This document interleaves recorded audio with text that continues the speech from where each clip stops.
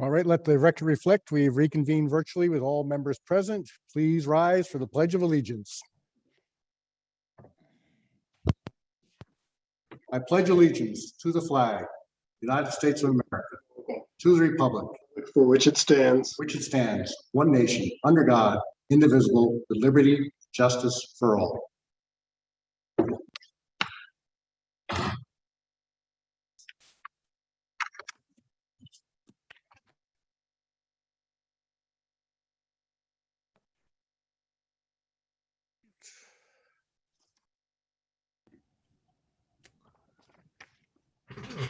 I want to take a moment of silence to recognize a resident we lost on April 3rd at the age of 93 with her children at her side, Louise Gisoldi.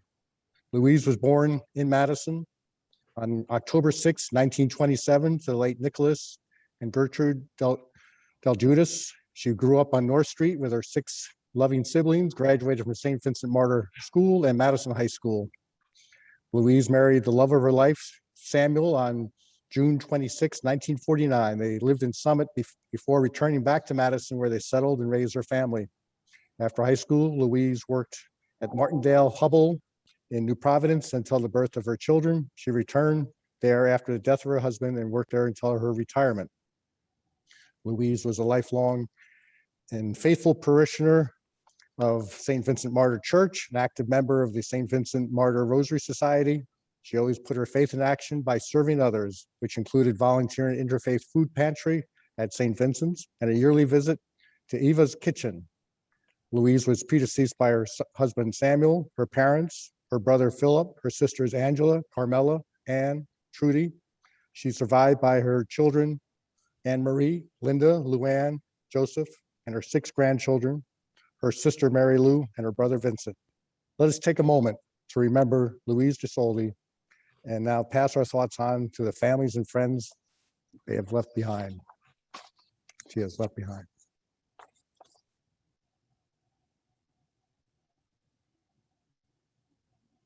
Thank you. Can I have a motion for the executive minutes of March 8th, 2021? So moved. Second. All in favor? Aye. Aye. Okay, any others? Okay, it carries. Actually, I did not have the regular minutes in my packet. Did we? Do we have the regular? Mayor, my apologies. I believe they didn't get in the packet this meeting. We'll list them for next week. Okay, thank you. My apologies. No, that's all right. I just thought I might have been losing it, which is No, still possible. it was me. All right, so we will take care of those at the next meeting. Welcome all to this lovely April shower kind of day. So I try to get my camera right here. Sorry. And just a couple things update. One question that has been coming up periodically, probably for 12 months now, is when will we return to in-person meetings? We are yet in another wave, and the current limitations on indoor gatherings would not come close to allowing a virtual attendance for what we've been getting in the council chambers if we were all here. But I have instructed the borough staff to start working towards a September return to in-person council meetings. This will allow for us not only to be hopefully, if not at full capacity, at least at a level where we can accommodate a typical attendance. It will also allow us to continue through the summer with virtual meetings so that residents can attend from anywhere, and council members will have the option to remote in from a vacation. When we do return to in-person meetings, we will continue the live broadcast. We're using Facebook Live because the residents certainly have appreciated seeing meetings in real time from the comfort of their own home, and we certainly do not want to take that option away. We will have a challenge of doing a hybrid of elected officials in person and some in virtual. So getting through the summer will be a big plus. So we can assume that we would all be here in person. And in the meantime, remember, we are still far from getting out of this pandemic. Continue to wear your mask in public, social distance, and when you are eligible to get your vaccine, sign up.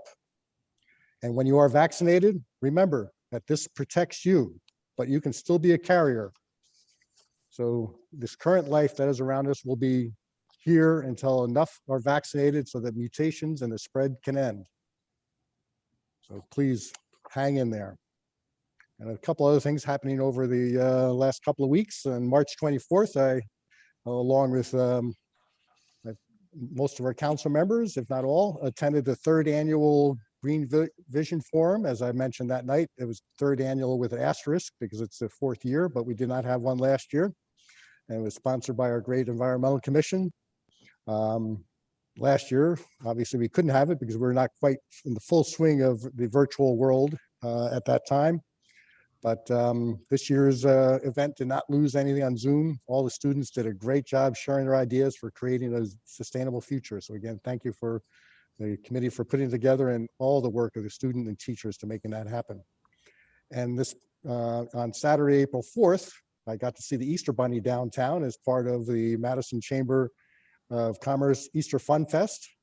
Last year was another event lost, but it was great to have families downtown, to have a socially distant and masked visits with Easter Bunny, and to shop and hop through our great downtown. And it's also great to see outdoor dining is back in full swing, if not tonight, but at least on a fairly regular basis. The Employee of the Month for April, very appropriately, and we'll be talking more about him later this month, is Police Chief Darren Datchison, and selected as our Employee of the Month. Following in his father's footsteps, Darren graduated from the Morris County Training Academy in 1992. Chief Datchison rose through the ranks as patrolman, detective, sergeant, and lieutenant in charge of the patrol division before being sworn in as chief of police. As chief, Darren's efforts have led Madison to receive an accredited status, and he is focused on keeping Madison one of the safest communities in New Jersey. He believes in extensive officer training and the motto, Guardians First, Warriors Second philosophy. We thank Chief Datchison for his 30 years of service and wish him well in retirement. And I personally want to thank him for all the things he has done in the past year during this very difficult time, as we've gathered to show support for various causes, and he has been there, and also for working with our chaplain, Pastor Craig Dunn of the First Baptist Church, and supporting all in this difficult time. And Darren started his career walking the town post. Traditionally, the home base is a corner of Waverly and Main Street, and he plans to end it the same way on April 26th. So please make sure, stop downtown and say hello and wish Darren the best. Now I've got two proclamations to present, and I don't think we have recipients to accept these, so I will do these. Excuse me. So we have proclaiming April 11th to 17th, National Public Safety Telecommunicators Week. Whereas emergencies can occur at any time that require police, fire, and/or emergency medical services. And whereas when an emergency occurs, the Madison Public Safety Dispatch Center personnel play a vital role in protection of human life and property in our community. And whereas the Madison Public Safety Dispatch Center and Morris County Communication Center have been successfully serving public safety communication needs of Madison. And whereas while enduring long hours, abnormal schedules, and handling frequent life and death emergencies, the Madison Public Safety Dispatch Center personnel and Morris County Communication Center, the 911 operators, maintain high standards in performing their duties in a dedicated and diligent, compassionate manner. And whereas Madison Public Safety Dispatch Center and the Morris County Communication Center provide critical communication link between residents and police, fire, and EMS providers. And whereas these individuals efficiently coordinate emergency services while exhibiting compassion, understanding, and professionalism to ensure the health and safety of our residents, visitors, students, and travelers in our community 24 hours a day, 7 days a week. And whereas our public safety communication personnel serve the public daily in countless ways without due recognition by the beneficiaries of their services. Now, therefore, I, Robert H. Conley, the Mayor of the Borough of Madison, on behalf of the governing body, hereby proclaim the week of April 11th through 17th as 2021 National Public Safety Telecommunicators Telecommunicators Week and join in honoring the men and women whose diligence and professionals and keep our community and citizens safe. And I just want to point out that many towns do not have local dispatch services. Madison, this is another service that Madison provides that many of you may not be aware of, but the importance of having that local level. They know the neighborhoods, they know our crews, and when there's a power outage, they know who to call. And so it's greatly appreciated, and please thank them. And just one second.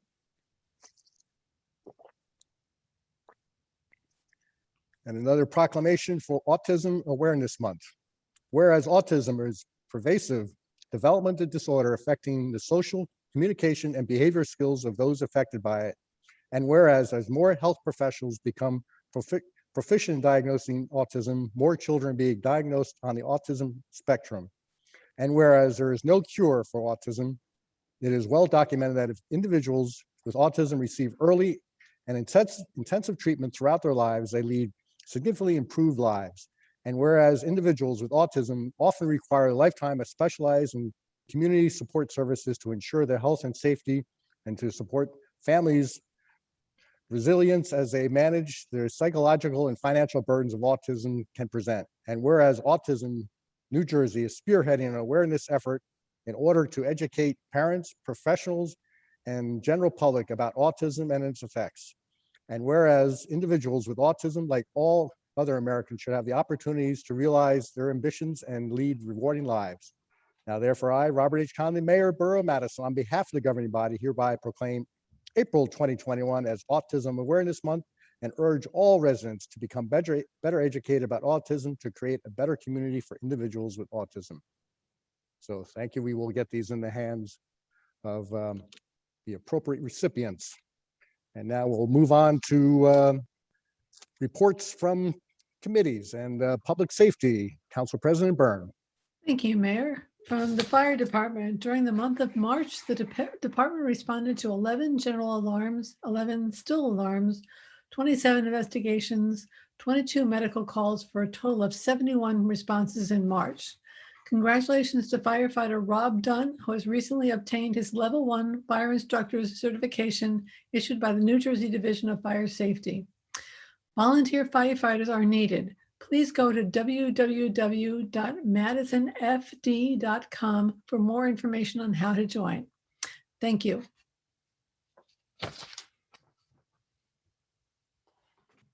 Okay, thank you. And now Finance and Borough Clerk, Ms. Bailey. Thank you, Mayor.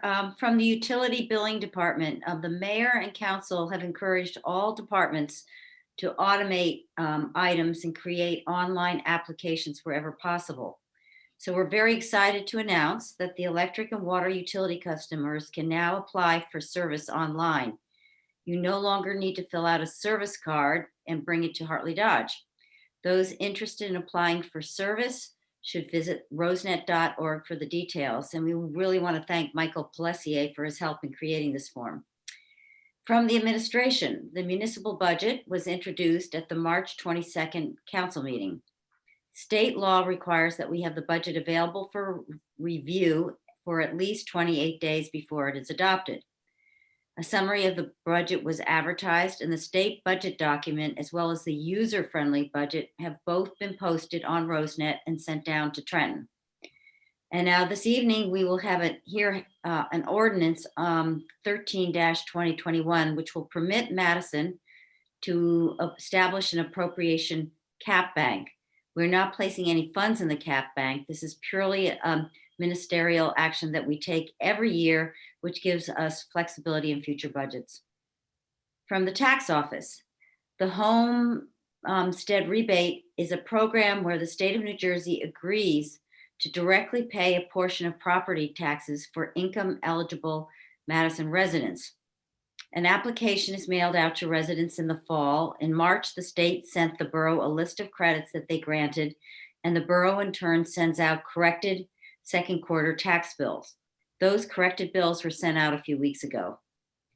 The Senior Freeze Program reimburses eligible senior citizens and disabled persons for property tax increases on their principal residence. The application comes out in February and is due to the state on November 2nd. The Madison Borough tax collector must fill out a portion of the application. Residents pay their full property tax bill, but then they receive a check directly from the state of New Jersey for all property tax increases above the base year. And the property tax bill for the upcoming 4 quarters is expected to be mailed out after the state finalizes the state budget. The tax bill will include payment information for the 3rd and 4th quarter of 2021 and the 1st and 2nd quarter of 2022. Last year, we had to issue estimated taxes because of COVID. We should not have to issue estimated tax bills this year. And more information on the tax bill will be available in the coming months.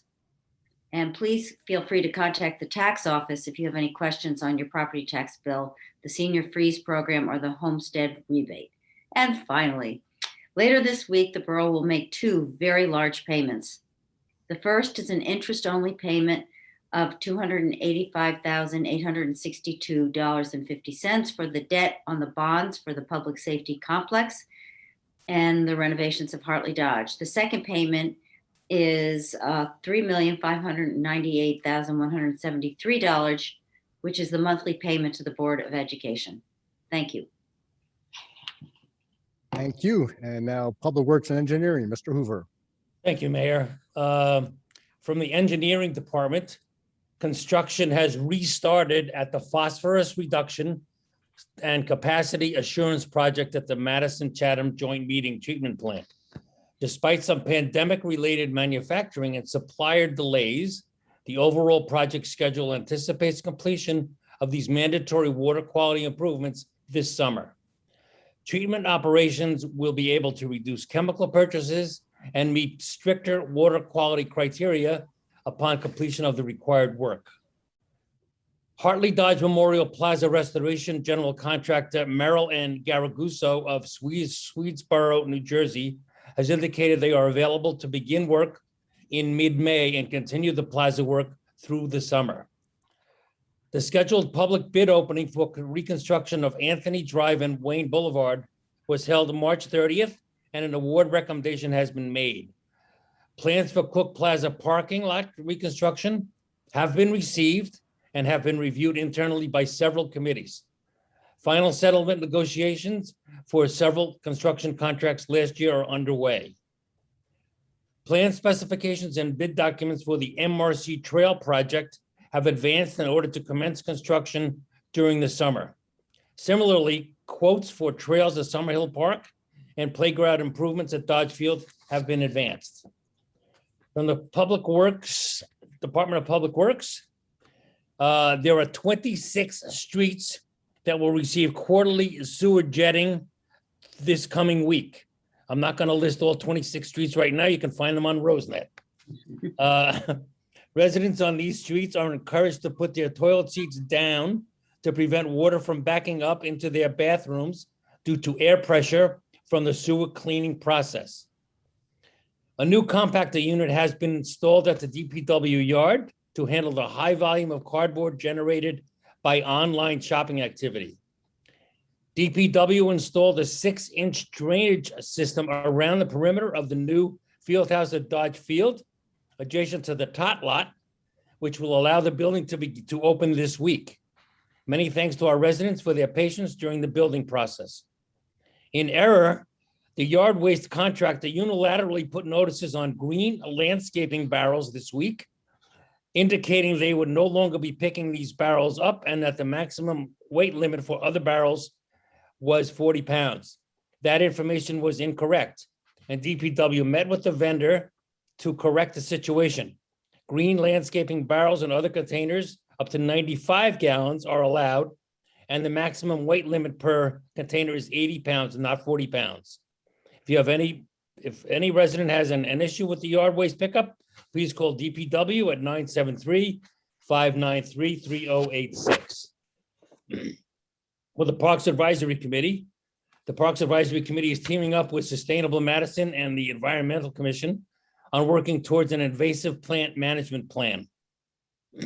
We are also coordinating with the Boy Scouts and other groups in town for volunteer help. With coordination efforts supplied by Janet Foster, Parks is working with the Historical Society, HPC, and the museum to continue cleanup and stabilization efforts at the Forge building on the Luke Miller property. Last year's work included painting and minor carpentry repairs. This year, the goal is to clean up the landscape, including additional landscape screening along the north side of the property and marking out and filling in excavation site of the old forge itself. Parks is coordinating with DDC on the Adopt a Space program, which will look to find sponsors for some of our smaller park spaces in an effort to assist in ongoing maintenance improvement of these spaces. Lastly, we are almost ready to award the bid for the Parks Master Plan. I would really like us to go with Stantec over Brand Setter, because I think this will give us more design-focused master plan, and they will be able to provide us with more handsome interaction. This is what we need to discuss on the call with all of us, including Kevin. For the Morris Environmental Commission, the Electronic Vehicle Expo will be held on April 22nd from 2 to 5 at the Sunday Motor Club. It includes Chevy Bolt, Honda Clarity, Tesla, Porsche Taycan, Karma, Volvo, BMW, and VW ID4. So you should come and see that. It's really going to be quite interesting. The MEC has more than 200 people signed up for its Master Gardener Talk on Paradise Pollinators, April 15th at 7:30. The event is co-sponsored with the Chathams and Morris Township. The Madison Chatham Townwide Yard Sale is on April 17th from 9 a.m. to 1 p.m. Registration closes at noon on April 14th. The digital map will be published on Rosenet on April 15th, as well as in local media. The $10 registration fee to list sales on the map is a tax-deductible donation to the Great Swamp Watershed Association. The MEC is selling discounted compost bins and rain barrels through April 22nd. For information, please see the Environmental Commission page on Rosenet. Thank you, Mayor. Thank you. And Community Affairs, Ms. Cohen. Thank you, Mayor. The next meeting of the Downtown Development Commission is scheduled for Thursday, April 15th at 7:15 via Zoom. If you're interested in volunteering for May Day, scheduled for Saturday, May 1st, please email ddc@rosenet.org. A reminder, the Madison Farmers Market will open at Dodge Field on Thursday, May 20th with new hours 1 to 6. The Chamber of Commerce is planning for an in-person award ceremony June 8th at Shanghai Jazz. More information to come. At the Madison Community Arts Center, Provident Bank stepped up to sponsor the Spring Ahead into the Arts series, which began this past Friday with Madison Stars of the Future, featuring Nick Amling on guitar and the MHS Musical Theater students. In addition, feel free to go to our restaurants and come down. It's at the next few Fridays from 6:30 to 8:30 on Waverly Place. A Red Cross blood drive will take place on Thursday, April 15th and on July 13th, looking ahead. The Art Center will host the Hidden Figures exhibition on the weekend of June 4th and 5th. Friday evening will be a recorded performances as well as a reception dinner. Current plan is to have the artwork on display from the students as the schools are involved at the center throughout the month of June. And MACA is having a fundraising committee meeting on Wednesday and then a board meeting next Wednesday, the 21st. Thank you. Thank you. And Utilities, Ms. Ehrlich.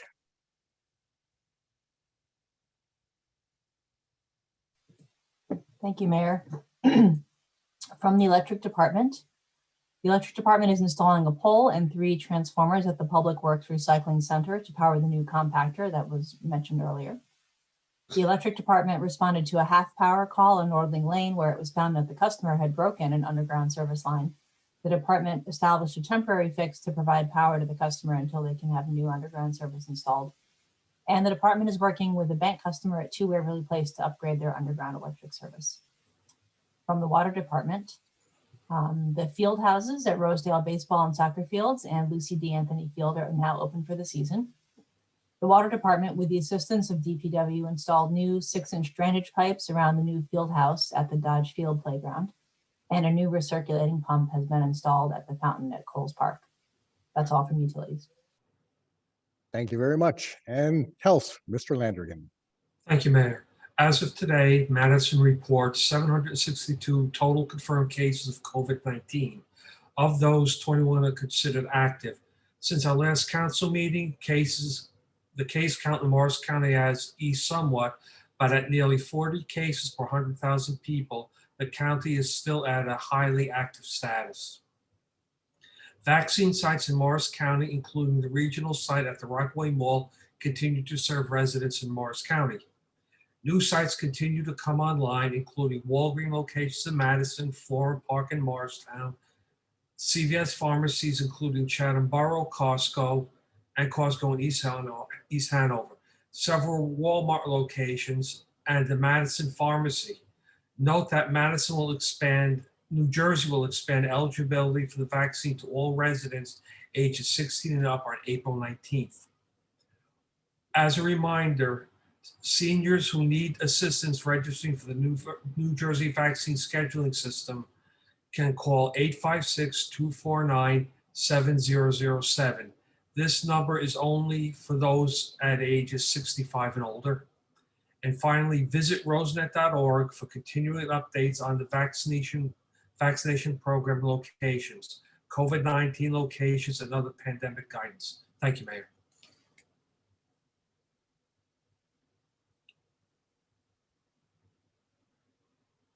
Sorry, a little trouble with my mute button.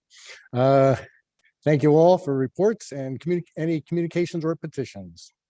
Yes, Mayor. Council received an email dated March 23rd from student Sophie Lopa regarding fracking and fracking infrastructure, asking for support in clear energy future. Also an email dated April 1st from Ken Dolsky regarding new forest management bills before the state legislature. Thank you very much. And now we are on our first of two agenda open invitations for discussion from the public. Let me just go through this for those that are new to this. We'll be opening the meeting to the public for opportunity to ask questions or make comments on any discussion items that we have or resolutions. I will outline those shortly. There will be another invitation for discussion later in the meeting for any other subject. So if you're not commenting on the items I'm about to list, please hold off to the second discussion period. If you are online, please raise your hand by clicking the hand and do that as soon as you are ready to comment, so I don't miss you at the end. No need to wait until others are finished talking. And if you're on the phone, you can be recognized by hitting *9. And note that for security reasons, we cannot recognize anyone listed as anonymous or a call without a phone number identified. When you are recognized and unmuted, you must first state your name and address before starting any comments. Failure to do so may result in you being muted or disconnected. Then please state the agenda item or resolution that you are commenting on. Please try to keep your comments to 3 minutes or less, but you will be given a 1-minute grace period and stopped at 4. And so as not to take from your time, we'll capture questions during comments and answer them during the agenda discussion or when we get to the resolutions. And just 1 second here. Okay, call up Tom Harlan Potus. The items, Mayor. Oh, thank you very much. And these are the items you may comment on. We will be doing an affordable housing update, and we will be explaining some of the resolutions that are in the consent agenda and plus some other items to comment on that. And these are the other resolutions. Resolution 102, the award of contract for affordable housing administrative agent services. And this will be the housing partnership with Dover. 103, awarding contract to Cephalian Sons in the amount of $693,280 for the 2021 road improvement program. This is funded through Ordinance 1, 2021. Ordinance 104 is accepting the resignation for retirement of Police Chief Darren Datchison effective February 1, 2022. He will be, as mentioned earlier, last day is April 26th. Resolution 105 is authorizing membership in Educational Services Commission, which is another cooperative pricing system. Resolution 106 is to allow the use of parking lot number 1 by the Rotary Club of Madison. That's actually the Kings Road parking lot, or Prospect Street parking lot, I'm sorry, for a stigma-free walk event on May 22nd. Resolution 107. Resolution Borough of Madison ratifying special event permit to allow use of Summerhill Park by the Girl Scouts.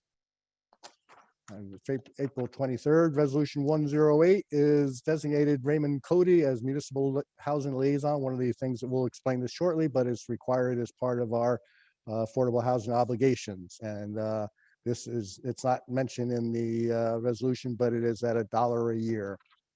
Resolution 109, resolution of the Borough of Madison of intent to fund spending plan shortfall for affordable housing programs in the borough's housing element and fair share. Again, we will explain this shortly, but this, as explained before, if other funding sources do not come through for the housing, the borough must continue with our own resources. Resolution 110, resolution 2021 resolution awarding preventative maintenance repair HVAC equipment bid to Unitep Inc. And this is at $185 an hour, and it's funded through the Public Works operating budget. Resolution 111 is an affirmative marketing plan for affordable housing. Again, we will cover that in our discussion coming up shortly. Excuse me. Resolution 112, authorize the purchase of police vehicle accessory equipment and other related equipment from the police outside duty account. And this is not to exceed $50,000. And resolution 113, purchase of radio communication equipment and accessories for police department through New Jersey cooperative pricing system. And this will be funded through the police outside duty trust or other accounts deemed appropriate by the CFO. Resolution 114 is authorizing purchase of law enforcement firearms equipment and accessories for the police department through New Jersey cooperative. And again, this is funded through the outside duty trust or other accounts deemed appropriate. Resolution 115 is support of HR 848, the Green Act of 2021. Currently, utilities, municipally owned utilities such as the Borough of Madison are treated differently than investor-owned utilities. And so this addresses the inequity by allowing direct payment of energy production and investment tax credits to any entity that owns a renewable energy project. So if we were able to put solar in, for example, that would support us. And right now we are not eligible. And resolution 116 is authorizing donation of surplus fire department equipment to the Alabama fire departments. And so those are the resolutions you may comment on or the affordable housing. Anything else, please wait until later in the meeting. And now we call up Tom Harlan-Potus. Hello, Mayor and Council. My name's Tom Harlan-Potus. I live at 27 Pomeroy Road. That was a big presentation you just gave, Mayor. Yep. Of all the ordinances, huh? Speed talker. Thank you for allowing me to talk just for a couple of minutes, hopefully. I was looking at some of these ordinances and I had some questions which you were kind enough to answer just now, Mayor. But one that I don't see any explanation to, and I guess you will discuss it, is the appropriation of Ordinance 16-2021, the appropriation of $49,000 for the funding of purchasing or replacement of benches and related accessories. That's a pretty general explanation there. So, and it's a lot of money. I don't know. I see it's coming from the General Capital Improvement Fund. I am looking forward to hearing more about what you're going to be doing now with affordable housing with regards to funding some shortfalls and that high pay grade that you put Ray at. I'm really surprised that he settled for $1. I thought he'd at least get 10. Will you explain that to us also, please, when the time comes? I just heard, I don't know if it was Mr. Hoover mentioned that there's going to be a parking lot renovation at Cook's Plaza. So I wasn't prepared to ask any questions about that, but since he brought it up, we had been presented in the past with parking studies, and we know that there's a lot of challenges when the town is back to its vibrancy or was at its vibrancy for visitors to the borough and residents to find parking. And I had a meeting with you, Mayor, with Councilwoman Bailey. When Ben Wolkowitz was around, he participated also. Mr. Burnett, Jeff Kurtler, when he was on the planning board, got involved, and we talked about doing some additional parking in the borough to free up space for the visitors that want to come park. I know that the studies had shown in the past that there is a struggle at certain times of the day. And this was done even before the development on Park Avenue was completed. Now you potentially have 10,000 visitors, shoppers, and diners on the north side of Madison who would like to come to the borough. But if they try to come downtown at lunchtime and they know they're not going to be able to find a parking spot, the chances are they're going to head east on Columbia Turnpike to Florham Park, or they're going to go west and go to Morristown because they know that there's ample parking there. And I don't think this is something that should be ignored. So I don't know what your parking lot renovations at Cook Plaza entail, but I'm just going to continue to press on my thought that we should add parking, and that we also have to get the merchants, employees, which I know there's a plan for that. I don't know if it's been implemented because it was before COVID, but that's something too that the merchants, employees probably need to move outside of the borough. And the last question, I don't know who brought up it. Maybe it was Councilwoman Bailey brought up something about the upcoming payment on the bonds for the public safety building, and maybe it was the HDM renovation. So I just wanted to get an idea how many of those bond payments are left. Does it go through 2025 or 2028? I don't remember. It was a very sizable endeavor to build those buildings, but I mean, it was a nice addition to the borough that they're well used now. And once you renovate the east wing of Hartley Dodge, that building will be complete too. So if somebody could give us some information on that, I appreciate it. Am I out of time? You're muted, Bob. Look at that. You could have gotten an extra few minutes because I was muted. You were right at 4 minutes. So well Okay, done. I'll thanks, Mayor. hit on these, a couple of these very quickly. Yeah, when we introduce the ordinance related to the benches, we'll explain that. Couple of things related to the parking lot. And these are things that are going on. The Cook Plaza parking lot is going to be a complete redo. It's often been pointed out that is our central parking lot and one of the ugliest and probably least safe parking lots with all its entrances and people going against one-way traffic and so on. So all that will be addressed. We'll share those plans shortly. Part of the issue that's been holding up is moving the utilities by Verizon and Cablevision and others.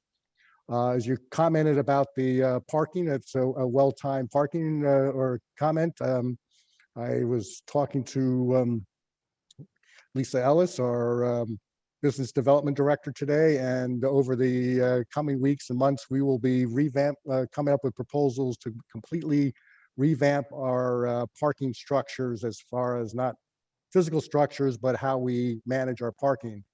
It is not just a pandemic thing. The office world has changed probably forever, and that includes the commuting world. So I don't anticipate that we will ever get back to the full capacity, as people will be Really? going into New York City and for half the amount of time in the future. So that will free up quite a bit of commuter space. So we will look at everything, including, maybe prioritizing the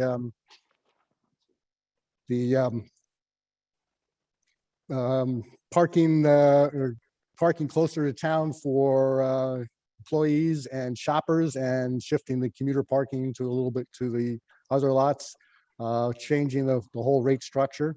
Another key thing that was done by this council from a recommendation from DDC is spending money on a wayfinding program. And that is to not only to help people find the great elements of Madison, historic sites and all our great shopping areas, but also to find parking and have consistent signage. You know, in certain towns, you know what sign to look for to find the parking. In Madison, we probably have 20 different versions, and so it's not very helpful. And Jim, if you can comment quickly on the bond payments. The bonds go to 2028, Mayor. Okay, thank you very much. All right, and I think we covered everything, and if not, we will catch that later, and we'll now bring up Claire Whitcomb. And again, this is to comment anything on the resolutions or affordable housing. Thank you, Mayor. This is Claire Whitcomb, 12 Fairwood Road. I just wanted to comment briefly on the Cook Avenue parking lot and say that the town has really come up with a very thorough and innovative plan for repaving that includes 2 rain gardens. And as John Hoover can attest, we've had the Shade Tree Parks, Sustainable Madison, and the MEC have met, had 2 rounds of meetings with Bob Vogel. And there's a very progressive plan to capture stormwater runoff and possibly use permeable concrete in some areas and native plants. And it's a pleasure to work with the town on something that feels so progressive. I also wanted just to have a question about affordable housing and whether there was any potential for I know for the passive house standard to be part of the discussion as you move forward. So that is a standard that gives very high energy efficiency and very low cost from a utility perspective to the residents. Thank you. Thank you very much, Claire, and we will we'll touch on that when we get to the housing discussion. And now we bring up Dennis Schreiber, and name, address, and the agenda items you're commenting on. Thank you, Mr. Mayor. Dennis Schreiber, Amelia Court, and I take down my question. I've got an answer, so thank you very much. Thank you. I'm glad we could answer that. And seeing no other hands raised, I close this part of the meeting and we move on to our agenda discussions and affordable housing update.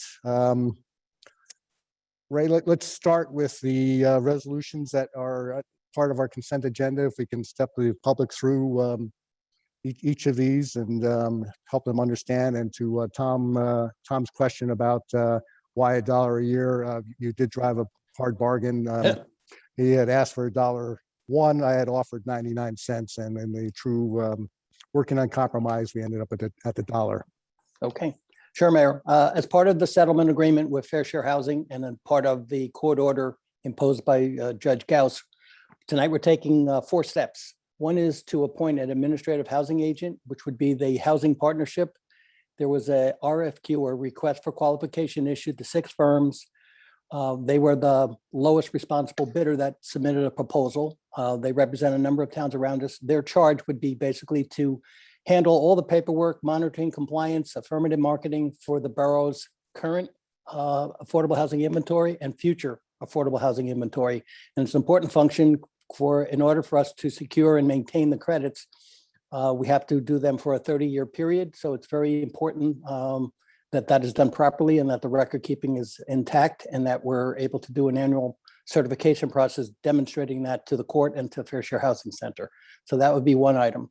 The second would be my appointment as the housing liaison. The settlement agreement identifies a requirement for the borough to appoint a borough employee, and the governing body's thought process was, rather than to create a new position and hire a salaried employee, I have 20 years experience of doing that in affordable housing in another capacity in Newark, New Jersey, built 3,000 units of affordable housing and was involved with the management of those.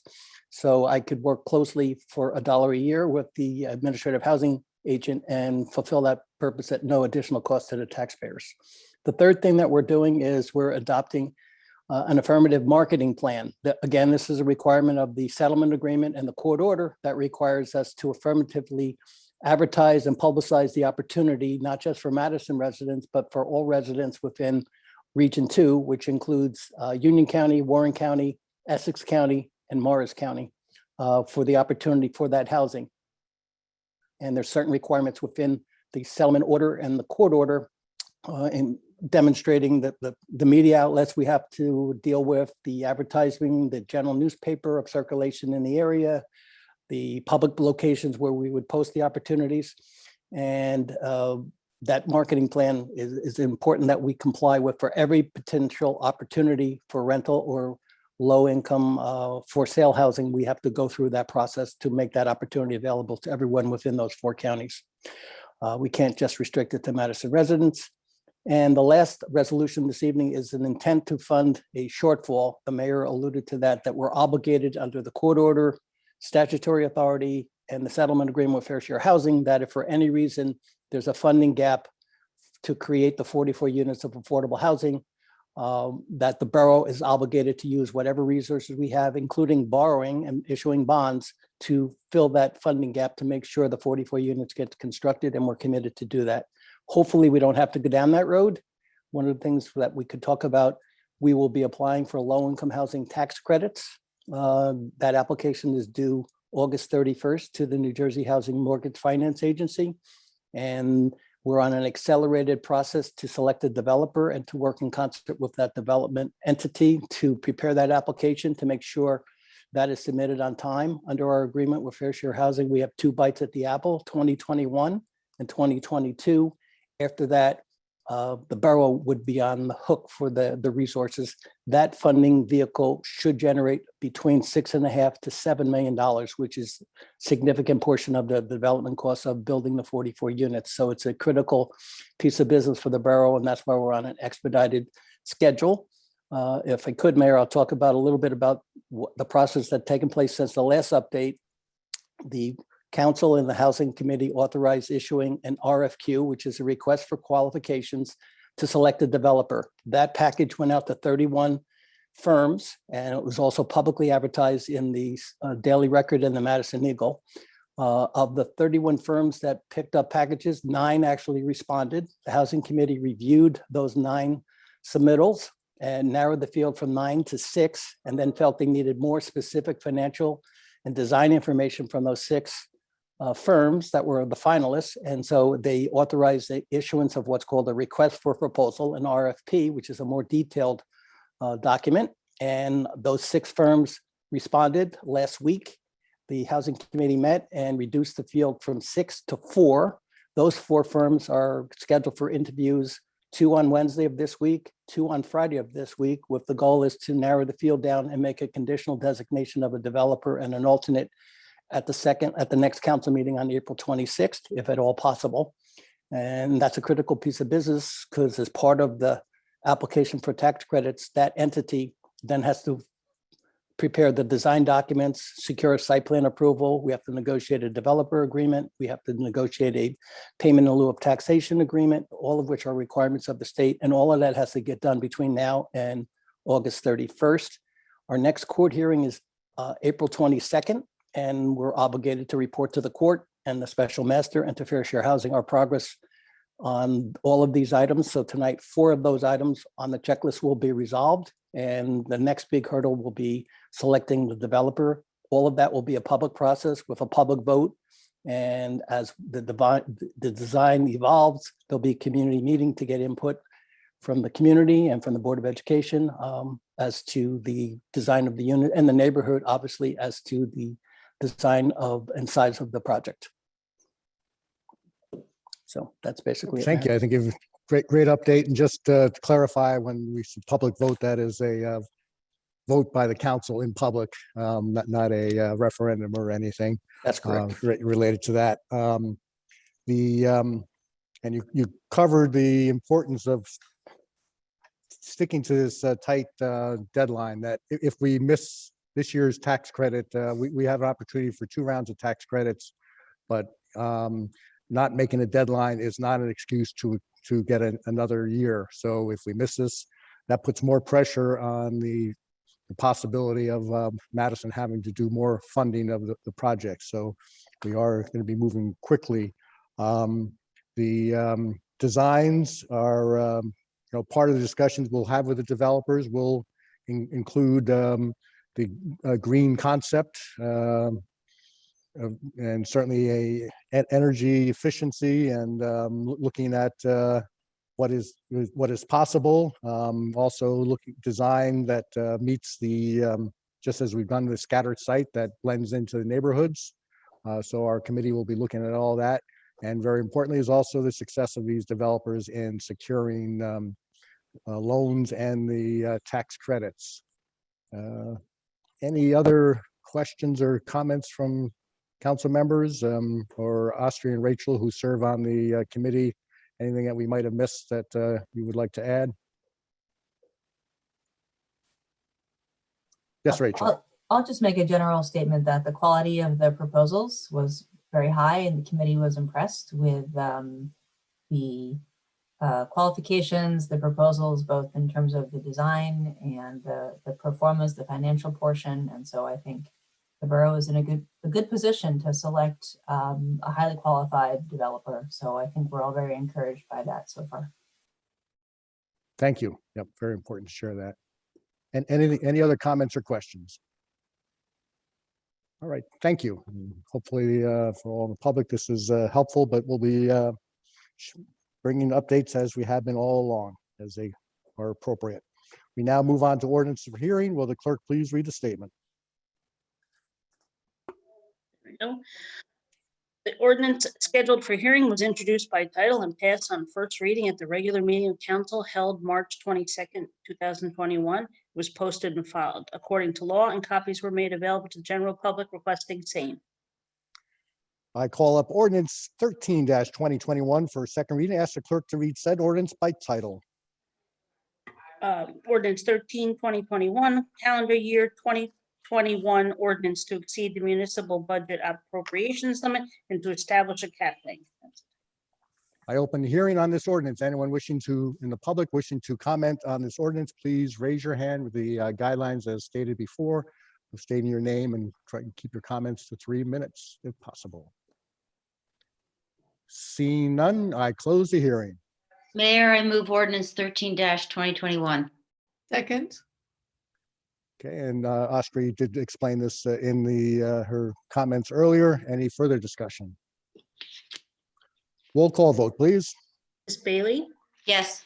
Ms. Byrne, yes. Mr. Hoover, Yes. Ms. Cohen, Yes. Ms. Ehrlich, Yes. Mr. Landrigan. Yes. I declare ordinance 13-2021 adopted and finally passed, and ask the clerk to publish notice thereof in the newspaper and file the ordinance in accordance with the law. We are now on to our second of invitations for discussion. This is when you may comment on any topic. Same rules apply. Please click the hand to get in the queue to comment, or *9 if you are on the phone. Make sure you state your name and address as you're called up. We ask you to try to keep your comments to 3 minutes, but we'll give it a 1 minute grace period and ask to stop at 4. And so not to take from your time, we'll capture any questions during your comments and answer if possible, or have staff follow up later in the week after you finish talking. And call up Pat Rowe. Welcome, Pat. Good evening, Mr. Mayor. I'm going to be on vacation during the budget hearing. Can you hear me? Yes, we can. Okay, so I just want to make sure you get my input before you vote.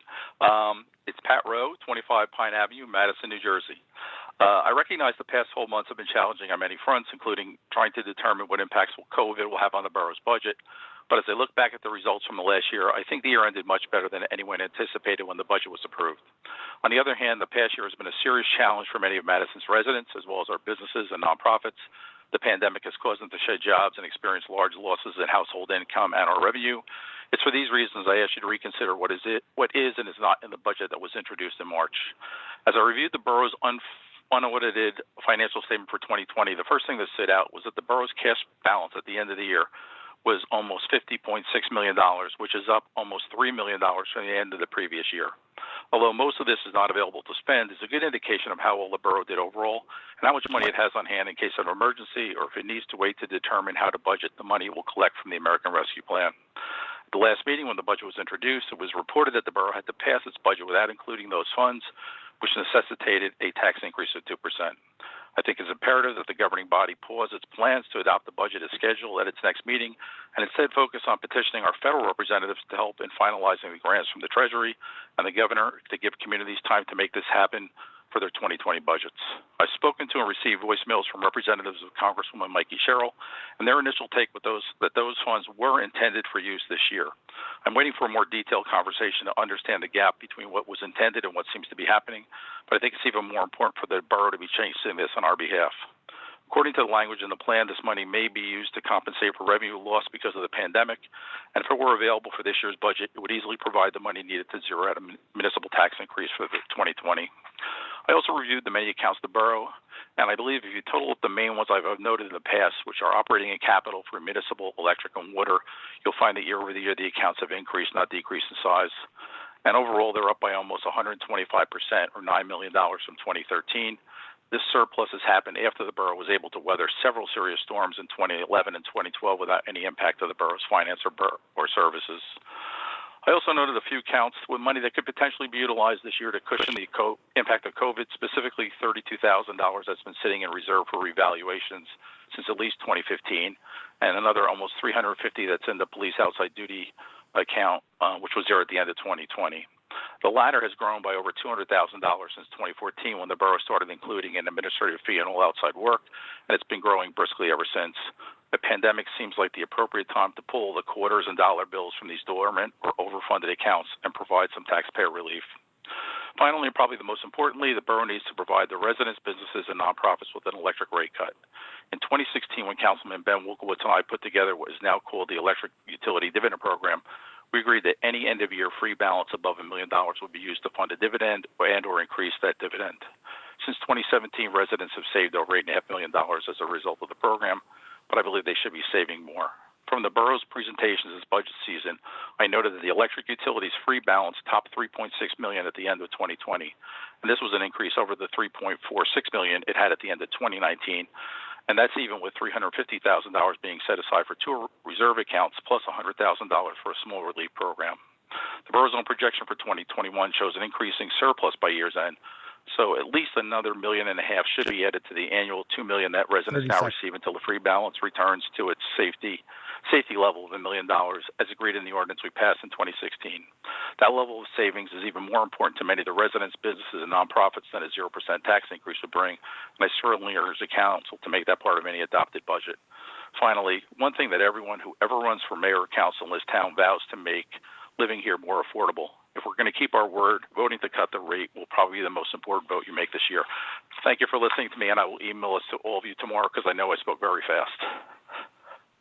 Thank you, Pat. You probably had a faster pace than I did with the resolution, so well done. You just made the 4 minutes. A lot of comments there. We'll be sharing that, and sorry you'll miss the hearing in 2 weeks.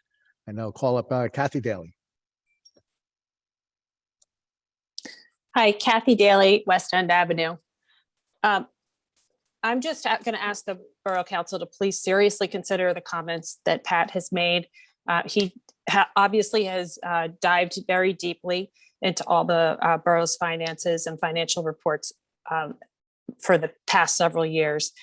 I also looked as deeply as I'm able to into some of the reports that are available on the borough's website. And I noted many of the same trends that Pat has also commented upon. One of the things that struck me the most, and one of the ways that I view my own health, financial health, as a resident of this town, when I'm doing my own personal finances, is I look at how much money do we have in the bank. So I looked at your unaudited financial statements for the past 5 or 6 years that are posted on the website. And in 2015, end of year 2015, there was $32,900,000, give or take. Each year since 2015, we've increased that by about an average of $3.5 million. Now it is more than $17 million. It's grown by more than $17 million in just 5 years. That's an average of more than $3 million a year. To put this in perspective, over the last 5 years, the borough's cash balances at the end of the year have increased by 50%. That's December 31st, 2020, compared to December 31st, 2015. 50% increase in our cash balance. And $17 million, it's more than $17 million, but $17 million represents the entire tax levy that's devoted to the borough part of the budget in any given year, and more than that, actually, because it's only $15 million in 2020. So it just looks like a whole lot of money. And listening and reading what Pat has prepared, I ask you to seriously consider, and all of you to please dive deeply into the financial information that is available to all of you, which is perhaps more than that is available to me as just a resident here in town looking at the website. So thank you for your time. Thank you, Kathy. And now bring up Tom Haran-Plutis. Thanks, Mayor. Glad to be back again. Hello, everybody. This is a short and sweet meeting. I like that. Unlike the long budget meeting where I was falling asleep all the way to the end, but it's still very interesting. So Tom Haran-Plutis, 27 Pomeroy Road. I had asked you a couple of times already, Mayor, so I'll keep asking until you make it happen, about the council and you and some of the administrators hosting town hall meetings. And as an example, what Pat Rowe and Kathy just discussed with you would be perfect for an opportunity for Mr. Burnett or anybody in the town to respond to. And I'm sure you have answers. I'm not siding with what they're saying as being incorrect, correct, or whatever. I'm just saying that that would be a better forum where somebody from the borough asks questions to the council and to your administrators. Maybe we could discuss it openly and everybody could get a better understanding of why the borough is being managed that way. And I think the borough is being managed pretty well. It came through COVID. A lot of the businesses are still there. The residents hopefully are still solid, and they've gotten relief on their electric utilities, but everybody could use a little bit more right now. I can't disagree with Pat, but that's up to you, all of you, our governing body, to decide. So that, I think, Mayor, I'd like to see at some time in the near future an opportunity for all of us just to speak, in an open format. I think that would be very productive, and you'd probably have a lot of people from the borough attending. Something else I wanted to ask is, I remember at a previous meeting, it was brought up that there is a police officer or two retiring from the force. I didn't hear whether or not there is already a search out there to replace them. I think that's important to keep the police force at least at the level that it's been at.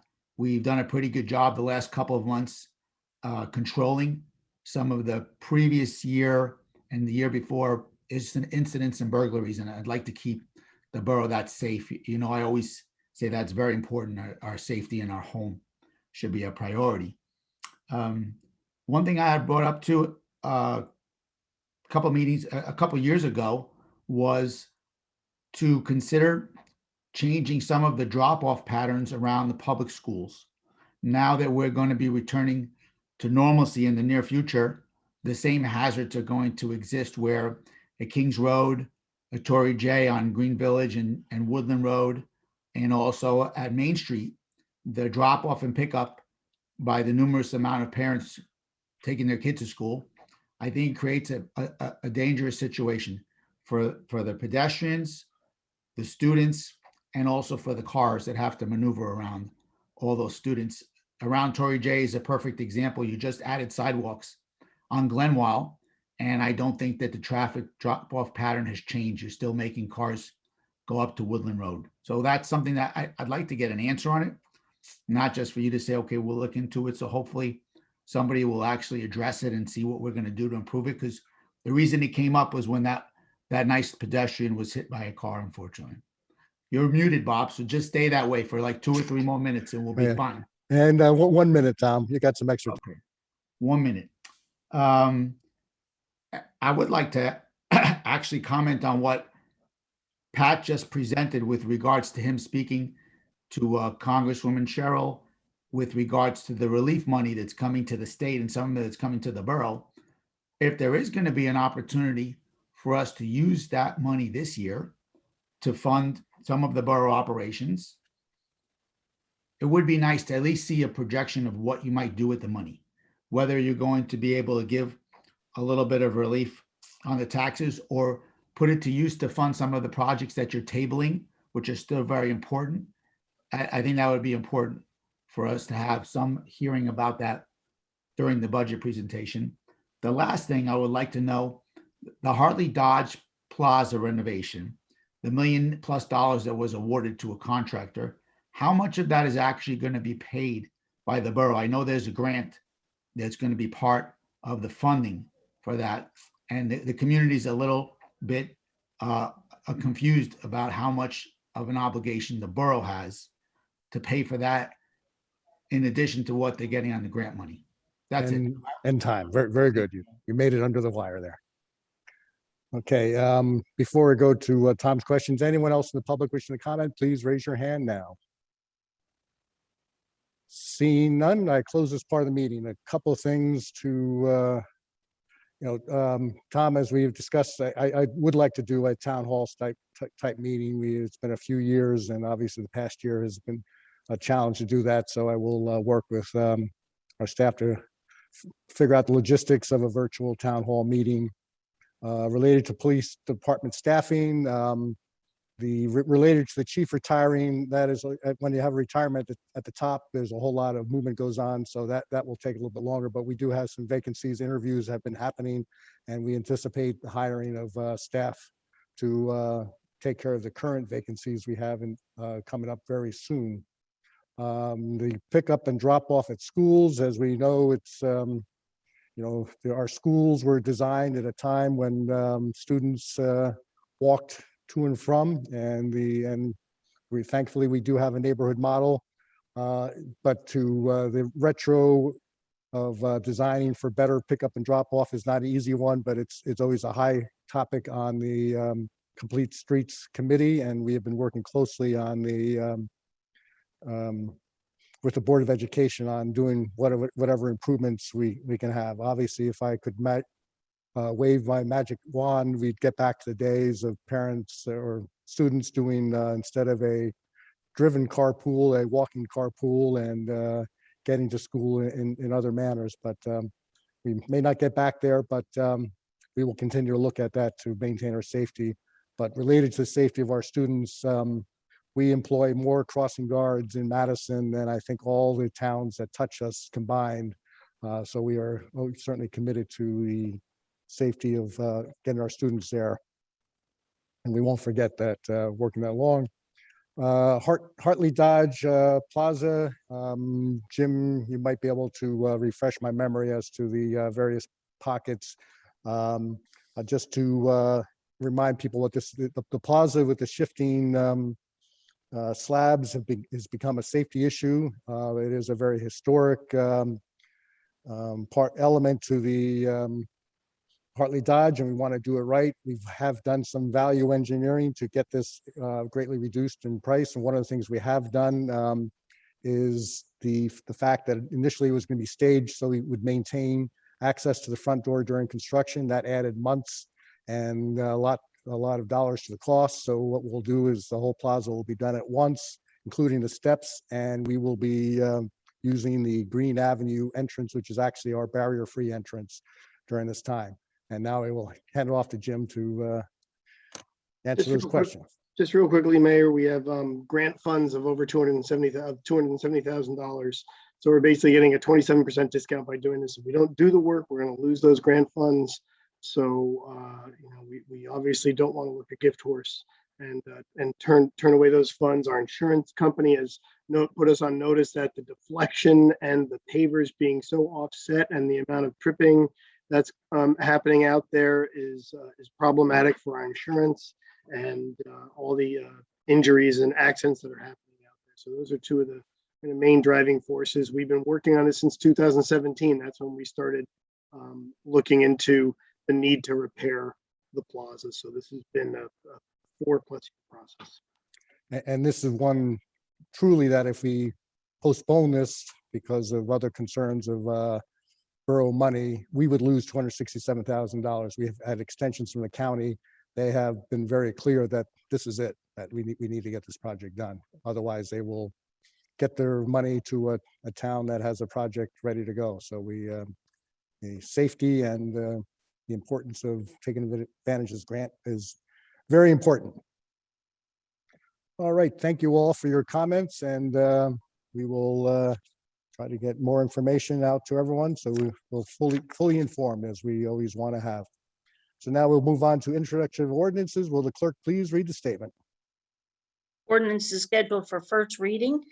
Have a hearing date set for April the 26th, 2021. All will be published in the Madison Eagle, posted on the bulletin board, and made available to members of the public requesting copies. I call up ordinances for first reading. Ask the borough clerk to read said ordinances by title. Ordinance 14-2021. Ordinance of the Borough of Madison amending Chapter 190 of the Madison Borough Code entitled Water to update the water connection fee schedule. Mayor, I move ordinance 14-2021. Second. Council discussion. For public's knowledge, this ordinance and the next one are annual ordinances. And this is to make sure that any new connections pay into the capital dollars that our residents have been paying in for all these years, and it has to be calculated on a new basis. This does not affect any current resident, but if you were, for example, to subdivide a property and put another house on the property, you then pay the connection fee. And I did ask if this could be done, not necessarily by ordinance, but tied to a automatic escalator based on capital costs as calculated, and the answer was no. So you will see these ordinances come up on an annual basis. Any further discussion? Roll call vote, please. Ms. Bailey? Yes. Ms. Byrne? Yes. Mr. Hoover? Yes. Ms. Cohen? Yes. Ms. Ehrlich? Yes. Mr. Landrigan? Yes. Ordinance 15-2021. Ordinance of the Borough of Madison amending Chapter 155 of the Madison Borough Code entitled Sewer to update the sewer connection fee schedule. Mayor, I move ordinance 15-2021. Second. Any council discussion? Roll call vote, please. Ms. Bailey? Yes. Ms. Byrne? Yes. Mr. Hoover? Yes. Ms. Cohen? Yes. Ms. Ehrlich? Yes. Mr. Landrigan? Yes. Okay, ordinance 16-2021. Ordinance of the Borough of Madison appropriating $49,000 from the General Capital Improvement Fund for the purchase of replacement benches and related accessories. Mayor, I move ordinance 16-2021. Second. Thank you. Council discussion, Deb Coleman as our liaison to DDC, I think has some background on this. Yes, the benches that are in town, Lisa Ellis, our Director of Business Development, has been keeping a chart as to what needs to be repaired, what's not safe, and in general, how many there are and how they're being used even through COVID. And a decision was made to not only replace all of the benches, but add even a few more so that there's more seating in various places. And these are benches that will last much longer, theoretically forever, whatever forever means, but they won't require the same maintenance that the benches that we currently have. They'll be 6-foot benches, just like what's there. And we're just gonna add some more seating and they'll all be the same. Rachel? I just want to add that the benches that are being replaced are the wood benches that need to be reconditioned and repaired and refinished every season, whereas the new benches are a powder coated metal bench, which will be extremely durable and just needs to be washed with soap and water. So that's the investment and the upgrade that's reflected here. Yep. And we've got a couple of these benches downtown already, so you'll see them around, and the consistent look, as mentioned, the low maintenance, the extra benches, And as I pointed out on the Easter Fun Fest Day, and it doesn't have to be an activity day in downtown. Our downtown is hopping, and so we don't want to, in theory, lose that customer. First impressions are your only chance to make a first impression. So I think this will go a long ways to encourage a lively downtown. So I'm glad we're able to do this. Any further discussion? Roll call vote, please. Ms. Bailey, Yes. Ms. Byrne, Yes. Hoover, yes, Ms. Cohen, Yes. Ms. Ehrlich, yes, Mr. Landrigan. yes, Ordinance 17-2021. Ordinance of the Borough of Madison appropriating $95,000 from the General Capital Improvement Fund for HVAC heating and boiler repairs and improvements at the Hartley Dodge Memorial. Mayor, I move ordinance 17-2021.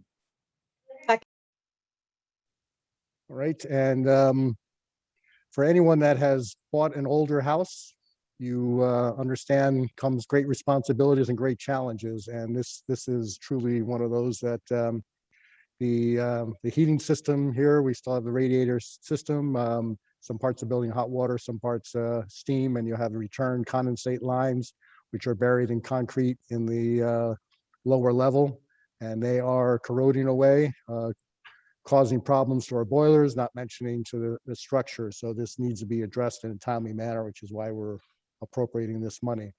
Any further discussion? Roll call vote, please. Ms. Bailey, Yes. Ms. Byrne, Yes. Mr. Hoover, Yes, Ms. Cohen, Yes. Ms. Ehrlich, yes, Mr. Landrigan. yes, All right, we now move on to consent agenda resolutions. Will the clerk please read the statement? Consent agenda resolutions will be enacted with a single motion. Any resolution requiring expenditure is supported by a certification of availability of funds.